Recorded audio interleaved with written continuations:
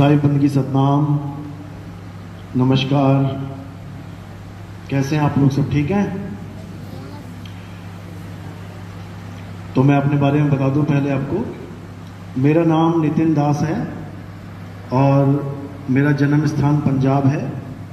Nangal dam का नाम सुना है? नंगल डैम, भाखड़ा नंगल डैम अब सुना होगा। तो नंगल डैम, नंगल सिटी में मेरा जन्म स्थान है वो।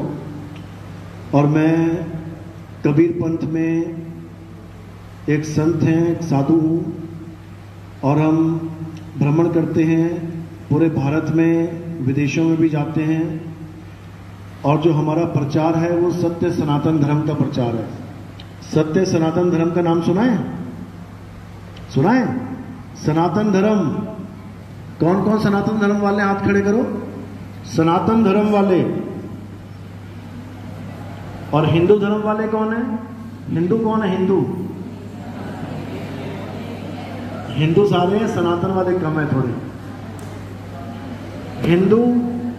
हिंदू और सनातन एक होता है कि अलग अलग है? कौन कहता है एक है? हाथ खड़े करो। हिंदू और सनातन धर्म एक है क्या? एक है, हाथ खड़े करो।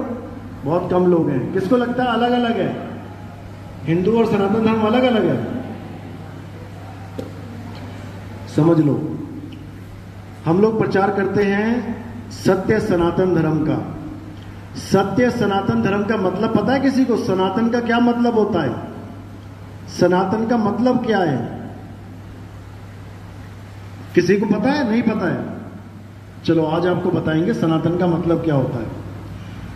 जैसे कोई आदमी जिसको एक्टिंग करनी नहीं आती है, क्या वो कभी एक्टर हो सकता है?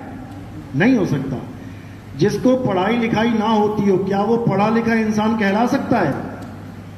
जिसको विज्ञान के बारे में ABCD नहीं पता, क्या वो वैज्ञानिक कहला सकता है? इसी प्रकार अगर किसी को सनातन के बारे में ना पता हो तो क्या वो सनातनी कहला सकता है? तो तुम्हें सनातन के बारे में पता है? हाथ खड़ा करो, किसे पता है? किसी को नहीं पता तो आप सनातनी भी नहीं कहला सकते। अब कभी मत कहना कि हम सनातनी हैं।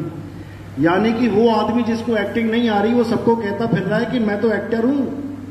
जिसके पास पैसा है ही नहीं वो कह रहा है मैं तो करोड़पति हूं। ऐसा हो सकता है क्या? नहीं हो सकता। अब सनातन क्या होता है उसको समझ लो, उसके बाद तुम्हें समझ में आएगा कि सनातन और हिंदू ये दोनों एक हैं या अलग अलग हैं, तभी समझ में आएगा। अंडर ग्रेजुएट का नाम सुना है कभी? अंडर ग्रेजुएट और एक होता है ग्रेजुएट। ग्रेजुएट वो होता है जिसने BA पास कर ली हो, BA चला गया, MA चला गया, पोस्ट ग्रेजुएट। एक होता है अंडर ग्रेजुएट जो 10वीं 12वीं वाले होते हैं, जो कभी कॉलेज में एडमिशन ही लिया, जिन्होंने पास ही नहीं कर पाए बेचारे। तो अंडर ग्रेजुएट और ग्रेजुएट दोनों में ग्रेजुएट वर्ड आ रहा है, लेकिन एक का मतलब है कि ग्रेजुएशन से कम, यानी कॉलेज कभी नहीं गया। एक का मतलब है कॉलेज चला गया। बस ऐसे ही समझो कि एक हिंदू है और एक सनातनी है दो। ग्रेजुएशन वाला भी तो 10वीं 12वीं करके ही जाएगा कॉलेज, जाएगा ना। जैसे एक डॉक्टर, एक इंजीनियर, एक साइंटिस्ट भी किसी ना किसी दिन LKG में, UKG में पहली, दूसरी, तीसरी, चौथी, पांचवी करके आगे बढ़ गया, तो वो आगे बढ़ गया। अब उसको कोई अंडर ग्रेजुएट नहीं कहेगा। इसी प्रकार एक सनातनी क्या होता है? जो हिंदू धर्म से उठते आगे बढ़ जाए, हिंदू धर्म से आगे बढ़ जाए, वो सनातनी कहलाता है। जिसको कह दो तुम हाई क्लास में चला गया, हायर स्टडीज के लिए। एक होता है नॉर्मल स्टडीज, जैसे गांव में, शहरों में 5वीं 8वीं 10वीं 12वीं। एक होता है विदेश गया पढ़ने, एक होता है विदेश गया पढ़ने, क्या करने? हायर स्टडीज के लिए, उच्च शिक्षा। तो सनातनी और हिंदू में क्या फर्क होता है अच्छे से समझ लो, आगे भविष्य में काम आएगा तुम्हारे। जैसे आज मैंने पूछा क्या होता है सनातनी और तुम्हारा हाथ खड़ा नहीं हुआ, अगली बार ऐसा नहीं होना चाहिए। क्योंकि जब तुम हिंदू धर्म में, सनातन धर्म में हो, तो तुम्हें पता होना चाहिए कि हिंदू क्या होता है, सनातन क्या होता है। अब समझ लो सबसे पहले हिंदू क्या होता है। हिंदू धर्म का मतलब होता है कि हिंदू देवी देवताओं की पूजा करने वाले को हिंदू कहते हैं। कौन कौन से हिंदू देवी देवता हैं? कौन? ब्रह्मा जी, विष्णु जी, शंकर जी। अभी कांवड़ चली थी ना, कौन कौन गया था कांवड़ लेने? कौन कौन गया था? पहलवान तो जाते हैं 50-50, 100-100 किलो की कांवड़ उठा के। यूट्यूब भर जाता है कांवड़ में। तो देखा ना यूट्यूब पे शॉर्ट्स, 150 किलो की कांवड़, 200 किलो की कांवड़। किसने कहा ये कांवड़ उठाने को? भोले शंकर ने कभी कांवड़ ना उठाई, ना ही कभी नंदी ने कांवड़ उठाई। भोले शंकर का संदेश तो कुछ और है, जो तुम उनका चित्र देख के भी समझ सकते हो कि वो क्या कह रहे हैं। क्या करते हैं भोले शंकर? क्या करते हैं? चित्रों में देखा ना, क्या लगा के बैठे हैं? समाधि। भोले शंकर का संदेश क्या है कि समाधिष्ट हो जाओ, समाधि लगाओ। ये कावड़ जाके ले जाके वहां एक्सीडेंट में मर जाओ, फिर गांव में खबर आएगी तुम्हारा लड़का तो चला गया। अच्छा हुआ कि बुरा हुआ? बुरा हुआ।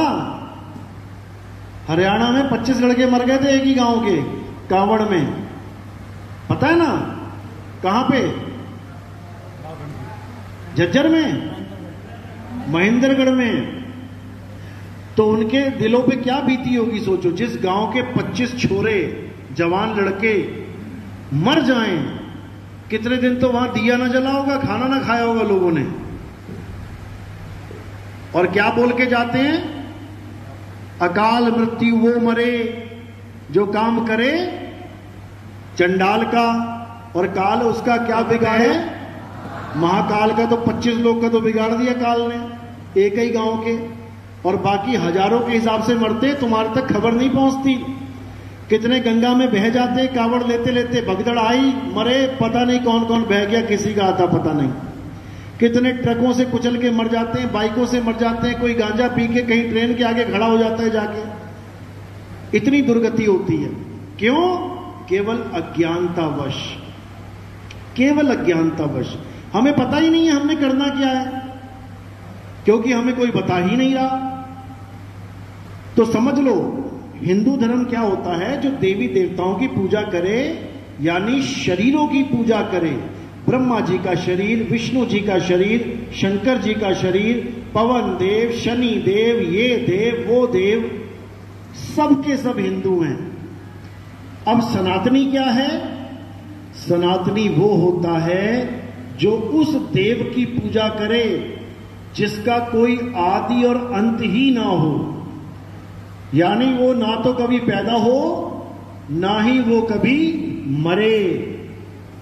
कौन है वो? जिसका कभी जन्म नहीं होता, कभी मरती नहीं, जिसको अग्नि जला नहीं सकती, वायु सुखा नहीं सकती, जिसको शस्त्र काट नहीं सकता।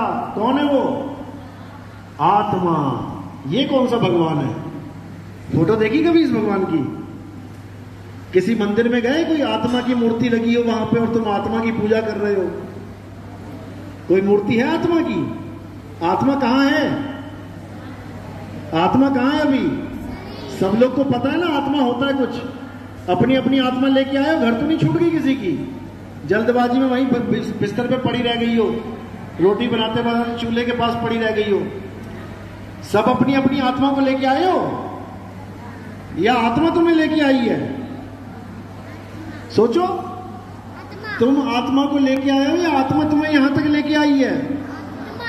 आत्मा हमें यहां तक लेके आई। अगर आत्मा रास्ते में शरीर छोड़ देती तो क्या होता? ये शरीर पहुंच जाता यहां पे? नहीं पहुंचता, वहीं पड़ा रह जाता। तो तुम आत्मा को लेके आए हो या आत्मा तुम्हें लेके आई है? आत्मा तुम्हें लेके आई है। तुम्हें मतलब तुम्हारे शरीर को, तुम शरीर नहीं हो। यानी आत्मा शरीर को लेके घूम रही है। अब ये सोचना है कि अगर हमारे शरीर को आत्मा चला रही है तो राम जी के शरीर को कौन चला रहा है? कौन चला रहा है?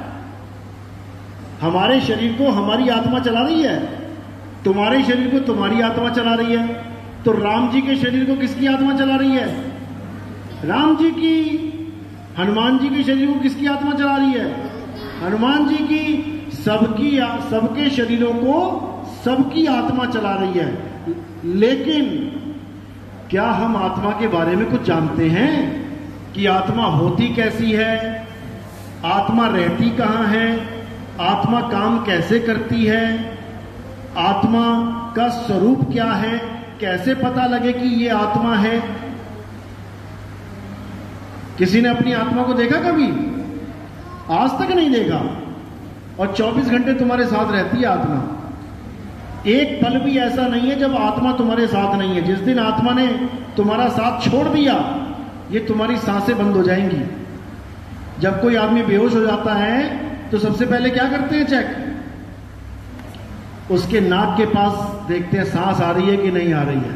उसकी नाड़ी चेक करते हैं, दिल धड़क रहा है कि नहीं धड़क रहा है। अगर सांस नहीं आ रही, दिल नहीं धड़क रहा, इसका मतलब आत्मा ने शरीर को छोड़ दिया। तो कौन मरा? आत्मा मरी है, शरीर मरा? और जब पापा तुम्हारे शरीर को छोड़ते हैं तो कौन मरता है? जब किसी के दादाजी शरीर को छोड़ देते हैं तो कौन मरता है? क्या कहते हो? मेरे दादाजी मर गए। दादाजी मरे, दादाजी का शरीर मरा।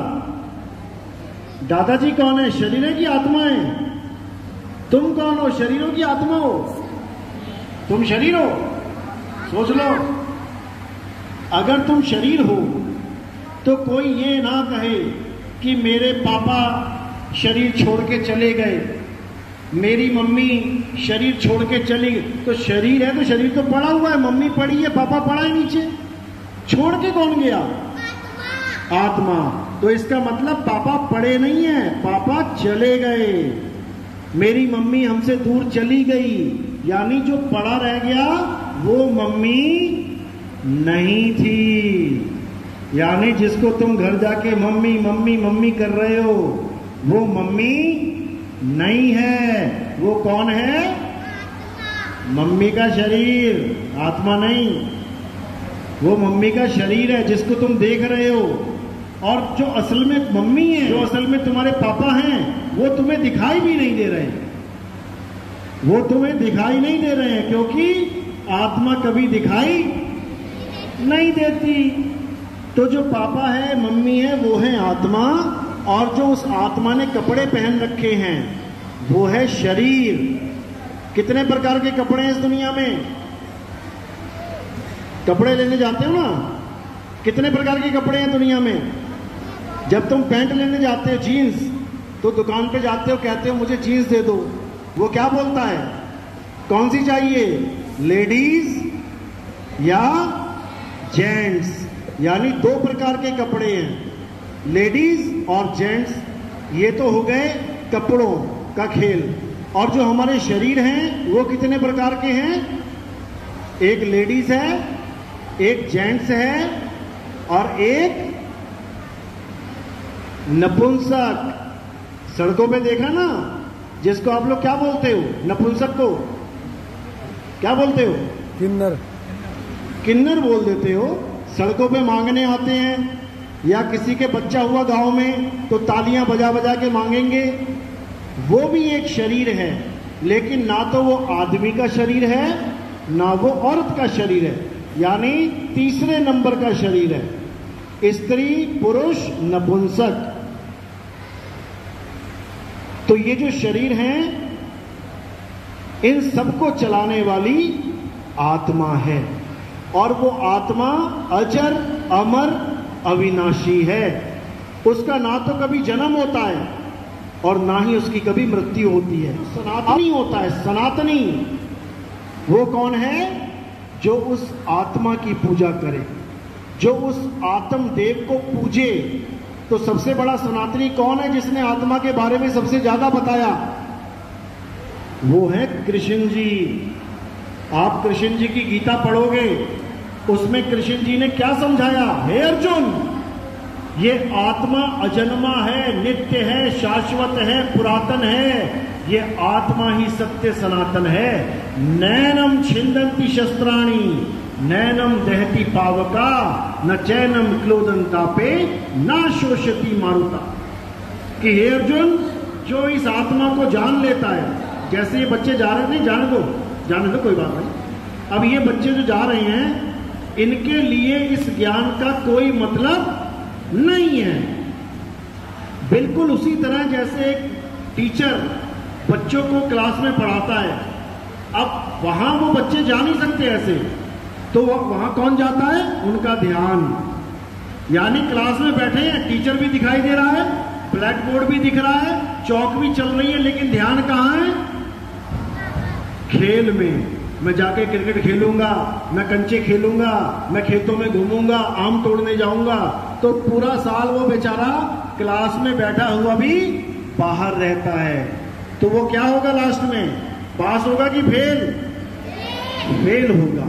इसी प्रकार जो ज्ञान आप अभी समझ रहे हो, अगर आपने ये अच्छे से समझ लिया, तो आपका जब अंत समय आएगा, अंत समय यानी मृत्यु आएगी, तब आप फेल नहीं होंगे, और जो नहीं सुनेगा वो फेल हो जाएगा। इसी को समझना है। हमारे देवी देवता देखोगे आप, सब भक्ति कर रहे हैं।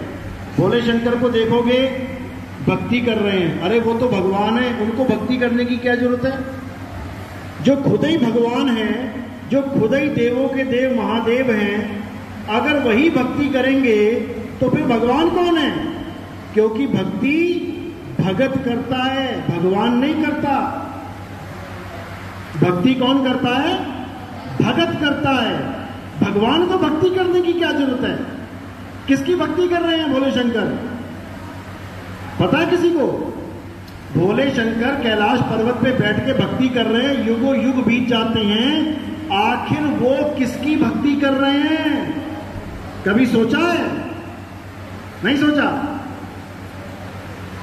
तो आज आपको उसका नाम बताते हैं कि आखिर भोले शंकर किसकी भक्ति कर रहे हैं। विष्णु जी कमल का फूल लेके शेषनाग के ऊपर ध्यान लगा के बैठे हैं, लेटे हुए हैं, किसका ध्यान लगा रहे हैं?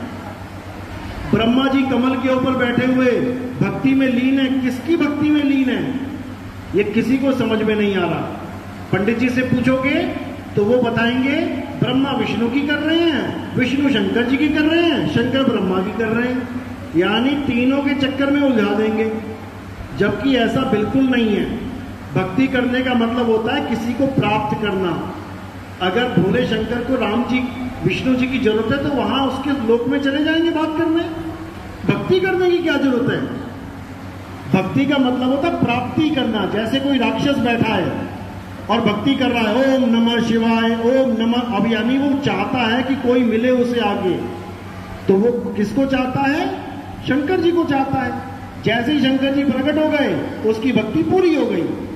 लेकिन शंकर जी किसको प्रकट करना चाहते हैं? उसका नाम है अलख निरंजन। किसने नाम सुना अलख निरंजन? किसने सुना है? अलख निरंजन सबने सुना है? सभी ने सुना होगा। ऐसा कोई है ही नहीं हिंदू धर्म में जिसने अलख निरंजन का नाम नहीं सुना। अब ये है कौन? ये है कौन? क्या इसकी फोटो देखी किसी ने?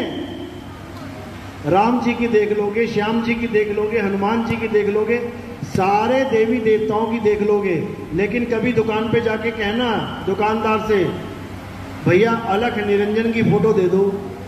वो कहेगा भाई ये कौन है? नाम उसने भी सुना होगा, लेकिन वो तुम्हें कभी फोटो नहीं दे सकता अलख निरंजन की।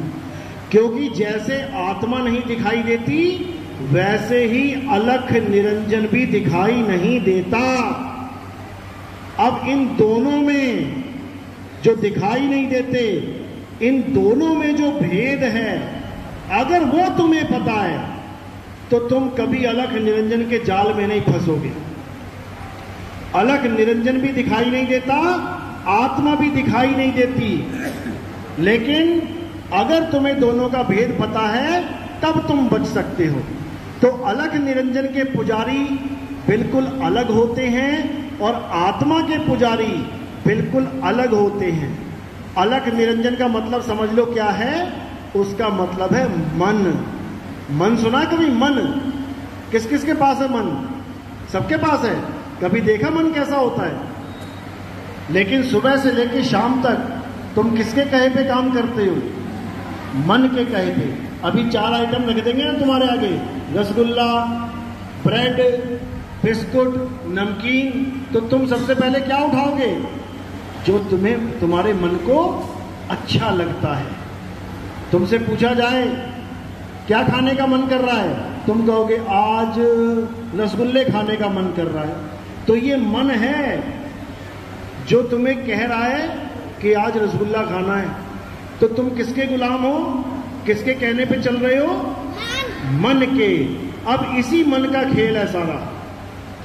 सारी दुनिया इसी मन के कहे पे चल रही है। सुबह से लेके शाम तक, शाम से लेके रात तक तुम वही कर रहे हो जो मन कह रहा है। तुम्हारा मन कर रहा है गेम खेलूं, अब पापा की परवाह नहीं, माता की परवाह नहीं, घर की परवाह नहीं, पेट की परवाह नहीं, खाना खाया कि नहीं खाया, सुबह से शाम तक मोबाइल में गेम खेलोगे। क्यों? मन कर रहा है। यानी तुम किसके गुलाम हो गए? मन के। लेकिन तुमने मन को पता नहीं है, जाना नहीं है कि मन है क्या, लेकिन मन के गुलाम हो गए हो। अब इस मन को खत्म कौन करेगा? राम ने किसको खत्म किया था? रावण को। कृष्ण ने किसको खत्म किया था? कंस को। हिरण्यकश्यप को किसने खत्म किया था? नरसिंह अवतार ने। ऐसे ही कल्कि भगवान, कल्कि अवतार, नाम सुना है कल्कि अवतार? कौन है? विष्णु जी के 10वां अवतार। जिनकी तुम पूजा कर रहे हो वो विष्णु जी के अवतार बीत चुके हैं, वो जा चुके हैं। अब जो आने वाले हैं वो कौन है? कल्कि अवतार। तो वो क्यों आएंगे? कारण क्या है? राम के आने का कारण पता है, रावण को मारना। कृष्ण के आने का कारण पता है, कंस को मारना।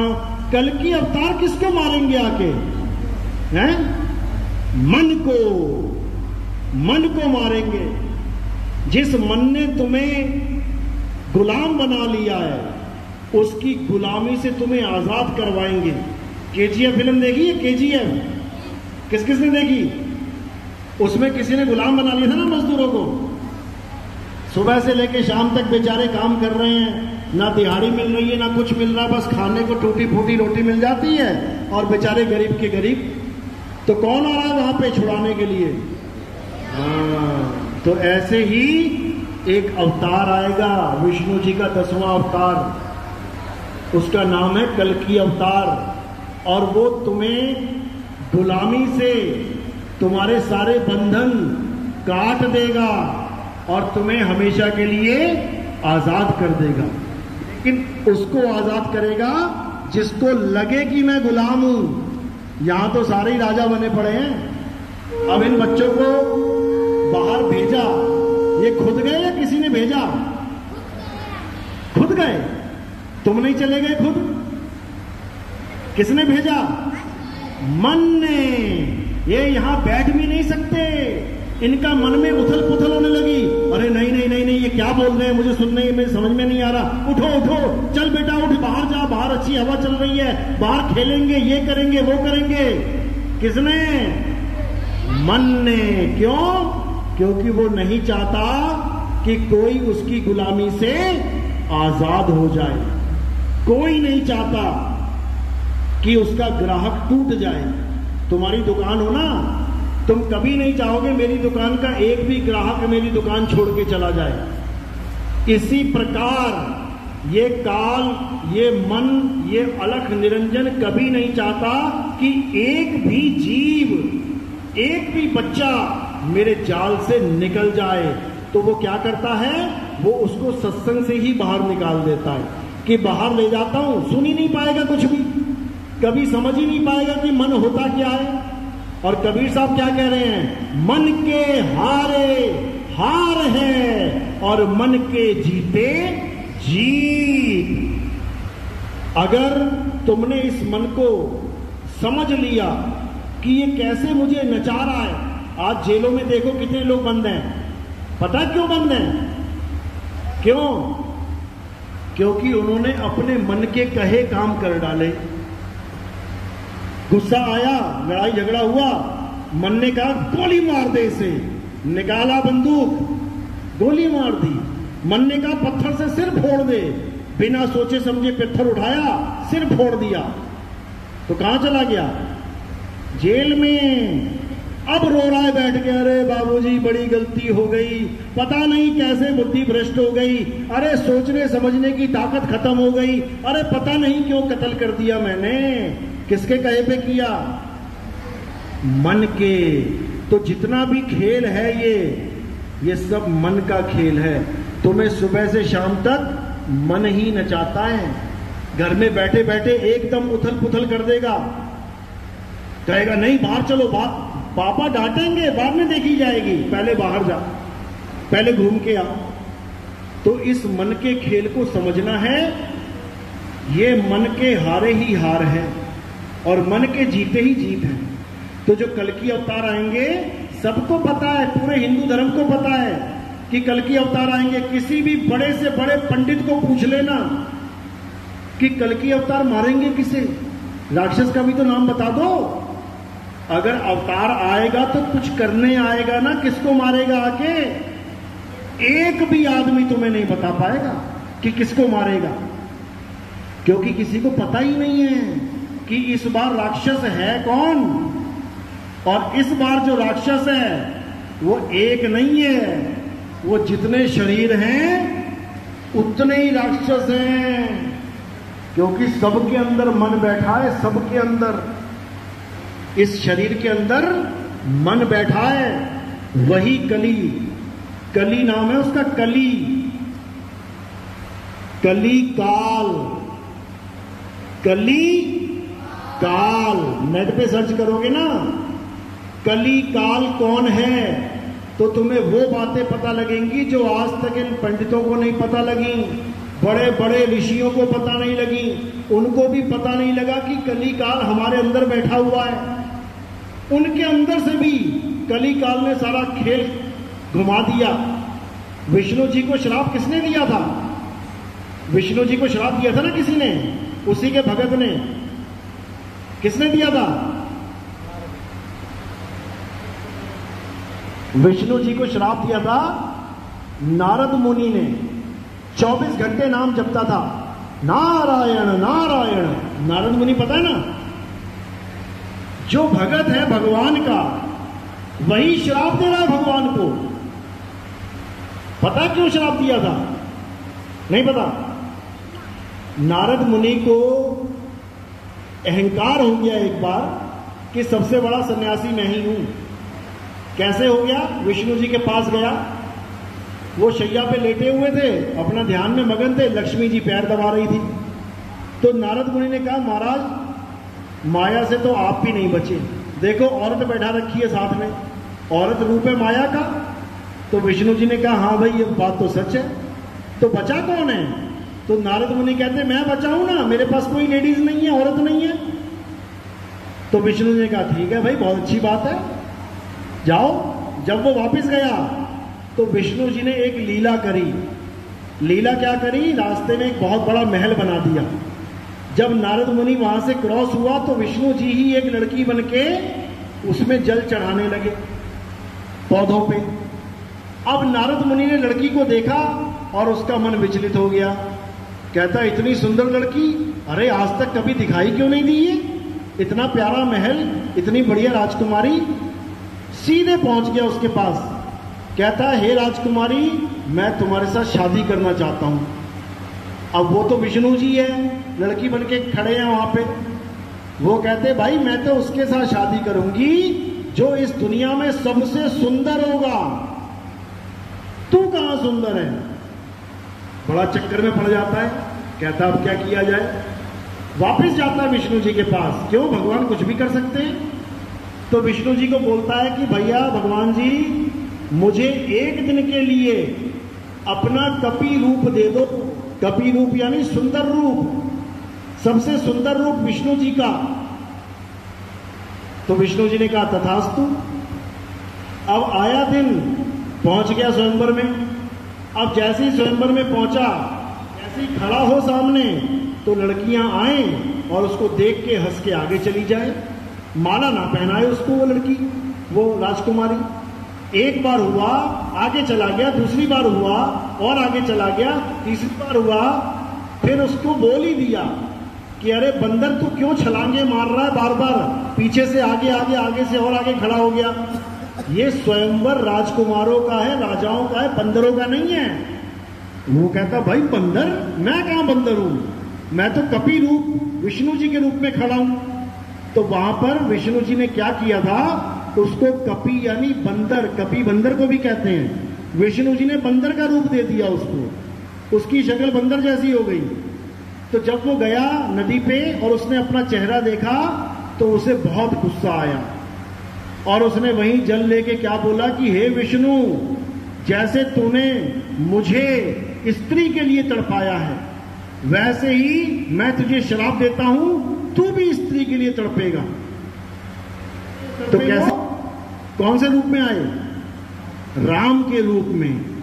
विष्णु जी राम के रूप में आके 14 साल भटके अपनी बीवी के लिए। तो जब नारद मुनि ने ये श्राप दे दिया, उसके बाद नारद मुनि को होश आया। होश आते ही क्या करता है, प्रभु के चरणों में गिर जाता है। अरे प्रभु, अरे ये अनर्थ कैसे हो गया, मेरी जुबान कट के क्यों ना गिर गई, अरे मैंने अपने प्रभु को श्राप दे दिया, ये कैसे हो गया।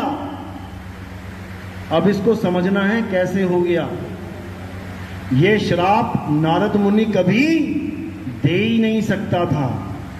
तो ये श्राप किसने दिया, मन ने, नारद मुनि के मन ने ये श्राप दिया।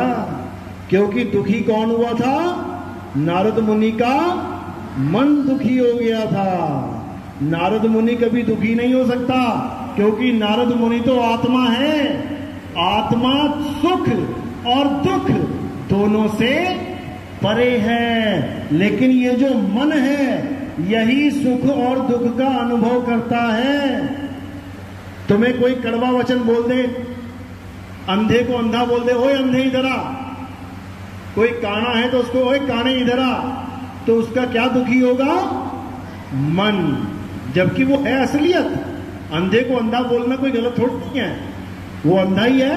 काने को काना बोलना गलत थोड़ी नहीं है, लेकिन शब्दों का प्रहार चयन ठीक नहीं है, तो वहां पर मन दुखी होता है। और जब मन दुखी होता है तो श्राप निकलता है मुंह से। तो ये मन ही कली काल है, इसने बड़े बड़े ऋषि मुनियों को चक्कर में डाल रखा है। अब इससे बचना चाहते हो तो एक ही रास्ता है, आत्मा को जानना पड़ेगा, आत्म ज्ञान को। तो कबीर साहब समझा रहे हैं, जल में मीन प्यासी मोहे देखत आवे हासी, आत्म ज्ञान बिना नर भटके, कभी काबा कभी काशी।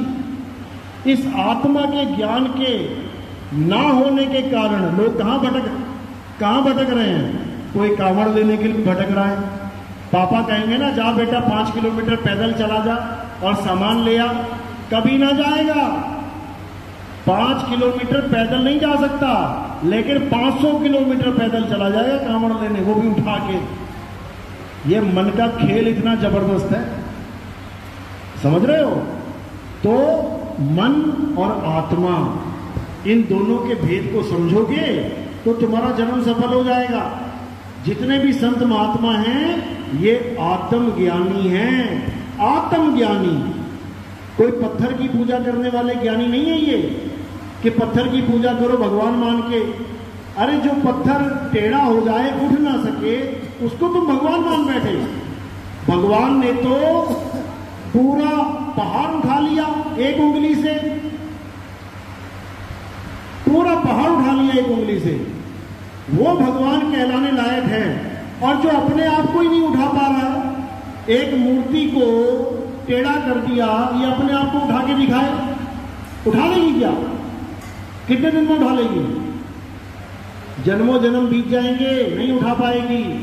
तो भगवान वो है जो सबको उठा ले, वो नहीं है जो खुद को भी ना उठा पाए। तो इसी भ्रम में सारा संसार भरम रहा है।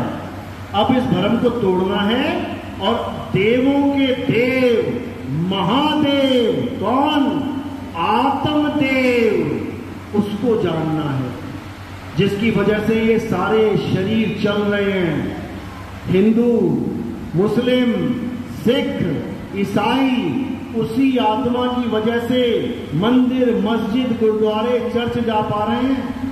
तुम सुबह सुबह थाली लेके जाते हो, चढ़ाने जाते हो, किसकी वजह से? आत्मा की वजह से। तो उस आत्मा को ही नहीं जान पाए जो तुम्हारे शरीर को लेके जा रही है, लेके आ रही है।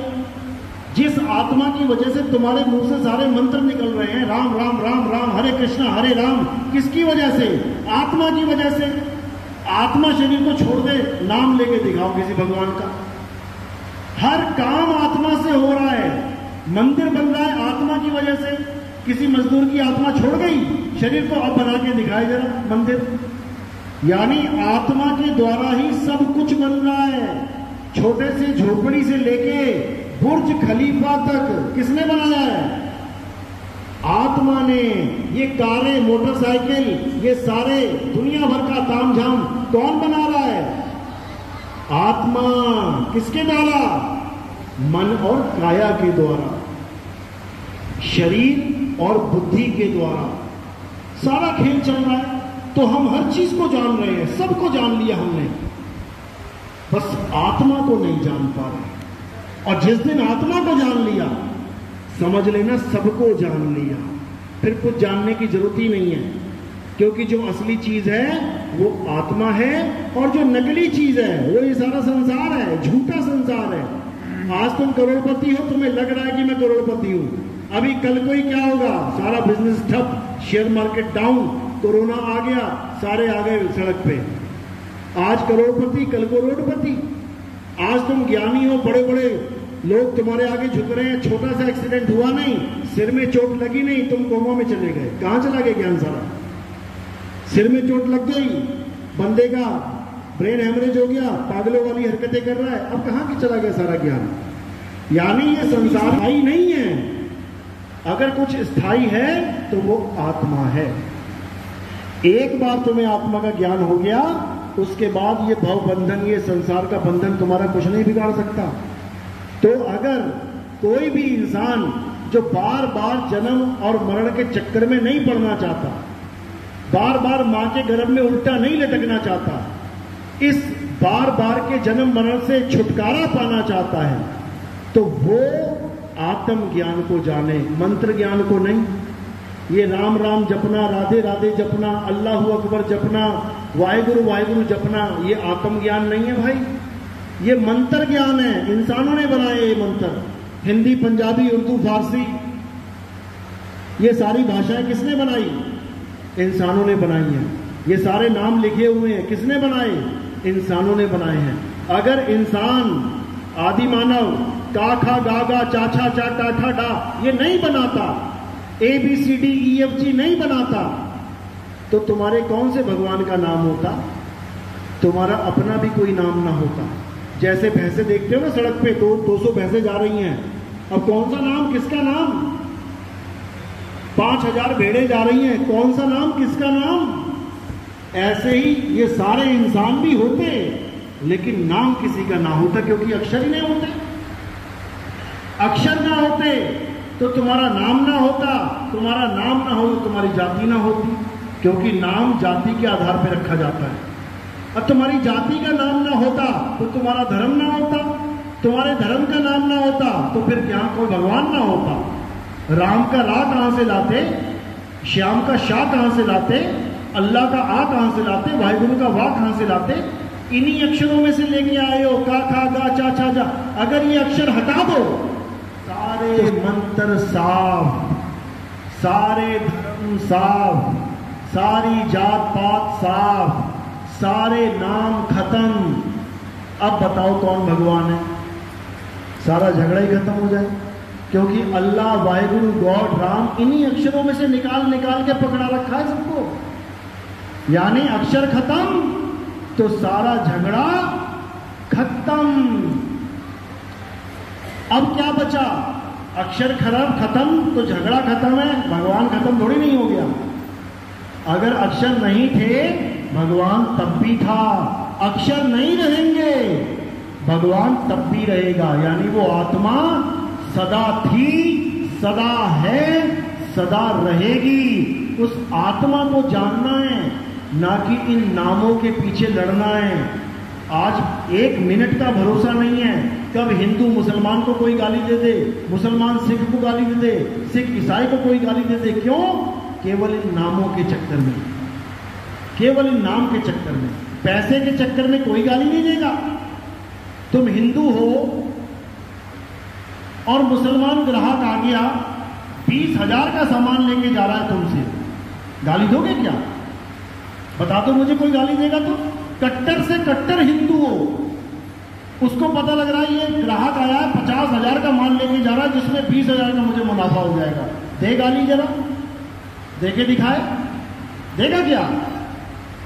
मुसलमान दुकानदार है, कोई हिंदू आ गया माल लेने, 2 लाख रुपए का माल ले रहा है जिसमें 40,000 बच रहा है मुसलमान का, देके दिखाए गाली जरा, देगा क्या?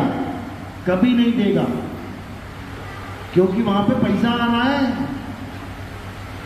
पैसा ना आ रहा हो तो कट्टर दुश्मन है आपस में। तो भैया भगवान के भगत नहीं, ये माल के भगत हैं, नोट के भगत हैं ये। इसी को समझा रहे हैं हम लोग बार बार कि जितने भी धर्म हैं, जितनी भी जात पात है, जितने भी ये भेद हैं, अक्षरों की वजह से। अक्षर किनारे कर दो, कोई झगड़ा नहीं। कोई कहता है जय श्री राम बोल, बोल जय श्री राम, भैया वो क्यों बोले? क्यों बोले? जब उसका संस्कार ही नहीं है, जब उसको बचपन से सुनाया ही नहीं गया कि जय श्री राम बोल रहे हैं, वो क्यों बोले? तू बोल दे अल्लाह अकबर, तू क्यों नहीं बोल रहा? कहने का मतलब तो यह है कि वो भगवान की जय करवाना चाहता है। हिंदू कह रहा है बोल जय श्री राम, मुसलमान कह रहा है तू बोल अल्लाह अकबर। कैसे झगड़ा खत्म होगा? केवल एक लाइन बोलनी है, दुनिया बनाने वाले की जय। आप बताओ कौन नहीं बोलेगा? मुसलमान भी यही सोचता है कि अल्लाह ने दुनिया बनाई है, हिंदू भी यही सोचता है भगवान ने दुनिया बनाई है, ईसाई सोचता है गॉड ने दुनिया बनाई है, सिख सोचता है वाहेगुरु अकाल पुरुष ने दुनिया बनाई है। तो इन चारों का झगड़ा कैसे खत्म होगा? जब ये चारों ये नारा लगा दे कि दुनिया बनाने वाले की जय, सारे बोल देंगे, एक भी झगड़ा नहीं होगा। क्यों? क्योंकि उन शब्दों का चयन नहीं किया गया जो शब्द आप अपने संस्कार के द्वारा लेके बैठे हो। 52 अक्षर, राम, अल्लाह, वाहेगुरु, गॉड, इन चारों को हटा दो और दुनिया बनाने वाला लगा दो, सारा झगड़ा खत्म हो गया। इतनी सी बात है। लेकिन नहीं, दुनिया बनाने वाले से तो मतलब ही नहीं है कोई, मतलब है अपने वाले नाम से। मेरे वाला नाम, उसकी जय होनी चाहिए, यही झगड़ा है। तो ये सारा झगड़ा कब खत्म होता है? जब आत्मज्ञान होता है, आत्मा की पूजा शुरू होती है। आत्मा सबको चला रही है, हिंदू को भी, मुसलमान को भी, सिख को भी, ईसाई को भी, सारे धर्मों के लोगों को, चाहे धार्मिक ना भी हो, नास्तिक भी हो। मैं भगवान को नहीं मानता, तो क्या आत्मा उसको जलाना बंद कर देगी? मैं भगवान को नहीं मानता, मैं आत्मा को भी नहीं मानता, तब भी आत्मा तुम्हारा साथ नहीं छोड़ेगी। खाओगे, पियोगे, मजे करोगे, क्योंकि आत्मा हमेशा हमेशा तुम्हारे साथ है। और तुम क्या हो इस वक्त?